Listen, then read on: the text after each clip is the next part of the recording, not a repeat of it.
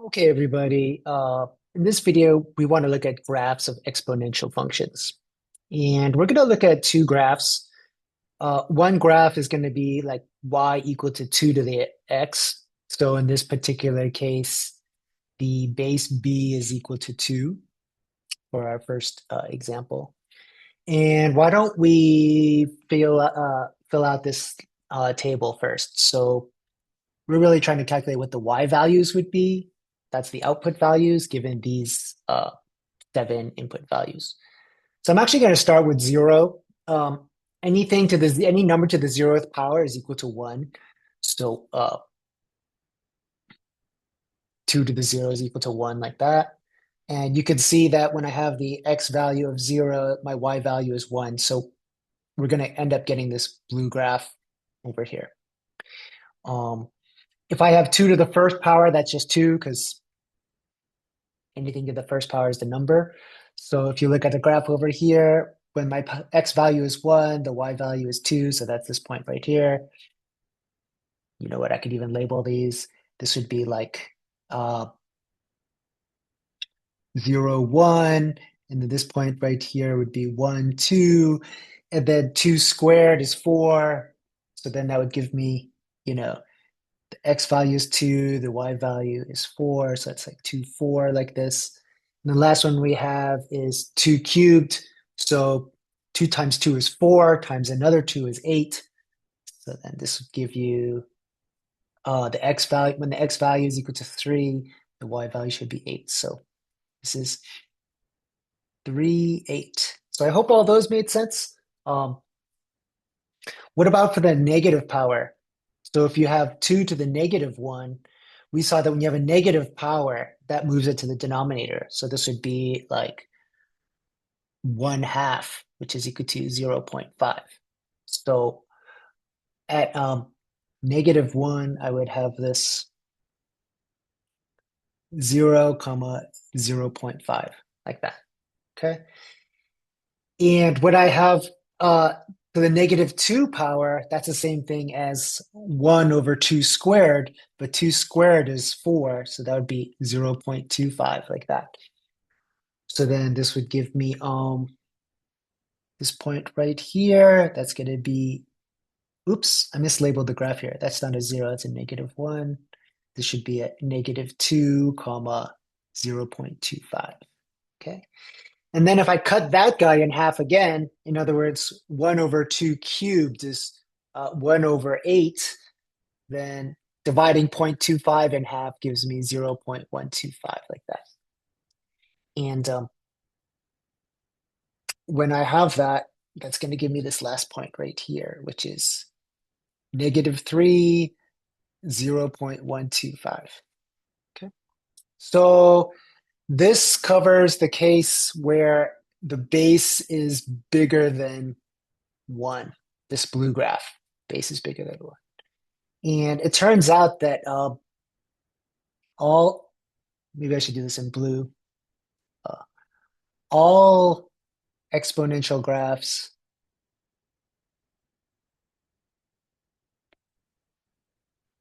uh, with b greater than 1 have a similar to shape to y equal to 2 to the x. The only difference when you increase this base, this part's going to shoot up faster past 0, and it's going to flatten out like super fast. But the general shape of being increasing and shooting up super quick, all exponential graphs kind of have that shape. Okay. What about when I have a graph where the base is between 0 and 1? So when the base is between 0 and 1, uh, the shape of the graph looks different. The shape of the graph looks more like this orange one. And when we graph this orange one thing that you can notice is that you could rewrite 1 half as 2 to the negative 1 power. And if I rewrote 2 to the negative 1, And I notice here I have a power to a power. That's the same thing as 2 to the negative x. So what this negative in front of the x does graphically is that actually flips this blue graph across the x equal to 0 uh, line, which is the y-axis. So this negative in front of the x value kind of corresponds to, we call this a horizontal reflection. Okay. So I hope you can see that if I have 1/2 to the third power, that's the same thing as uh, 2 to the negative 3 power. So uh, when I plug in a 3 for x into the 1/2, I actually should get 0.125. Okay, so this point right here is 3, 0.125.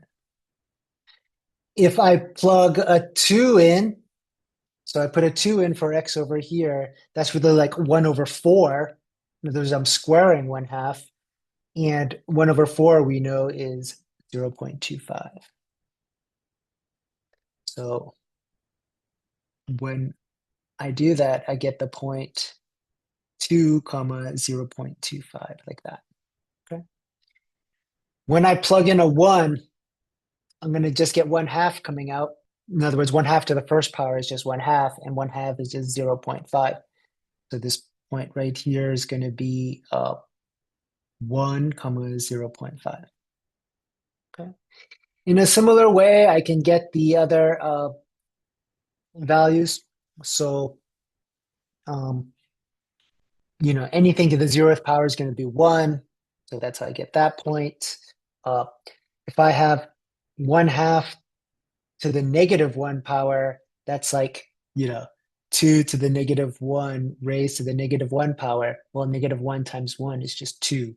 So then that's how I got this point right here. Sorry, negative 1 to negative 1 is just 1. So that's like, oops. Sorry, hold on one sec. There we are, we're back. So it's like 2 to the first power, which is just 2. Okay. Similarly, if I have 1/2 to the negative 2 power, that's really the same thing as 4. And 1/2 to the negative 3 power, that's just the same thing as 8. So we can just label those points here if you want to. I'm going to do it just because for completeness. So we got negative 3, 8, and we got negative 2, 4. At this point is a negative 1, 2. Okay. So I guess I'm going to tell you that if the base is between 0 and 1, uh, the graph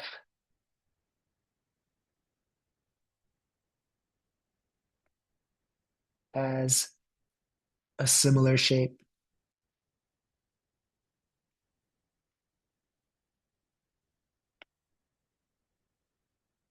uh, to y equal to 1/2 dx. Okay. In other words, instead of being increasing like the first graph we did, it's going to be decreasing, and it's going to pass through this point 0, 1. Let's write down some key features of this graph. So the domain is all the allowable values. And what we can see is that the domain for each of these graphs is going to be all real numbers. So the way we express that is we go from negative infinity to positive infinity. And you don't want to include negative infinity and positive infinity just because those aren't real numbers. They're just sort of like explaining that the values go on forever. Okay. What about the range? One thing that you'll notice is that uh, each of these graphs gets very close to the x-axis. Whoops.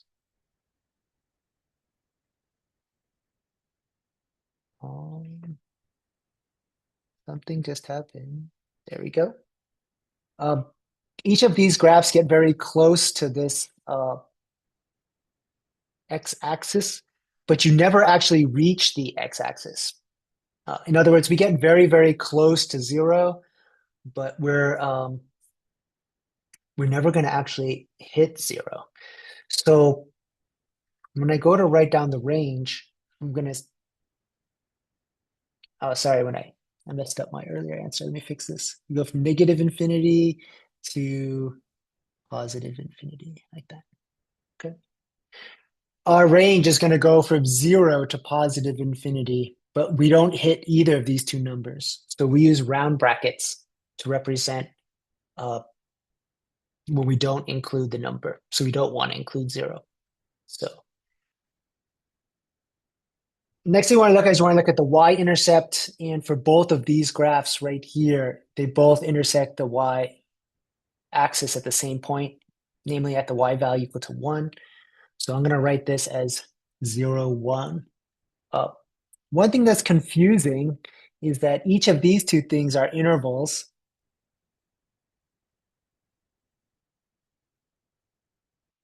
But this one is actually a point.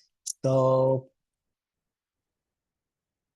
I don't know. This is just sort of a consequence of math notation. Like it kind of depends on the context. Oh, if you're talking about domains and ranges, these represent intervals. But if you're talking about a particular point, we still kind of use the same notation, but the context tells you that this is a point and not every number between 0 and 1.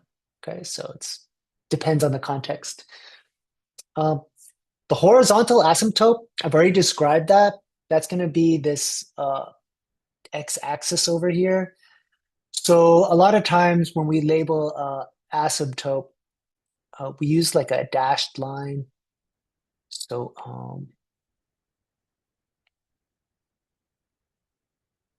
let me create a dashed line here for you.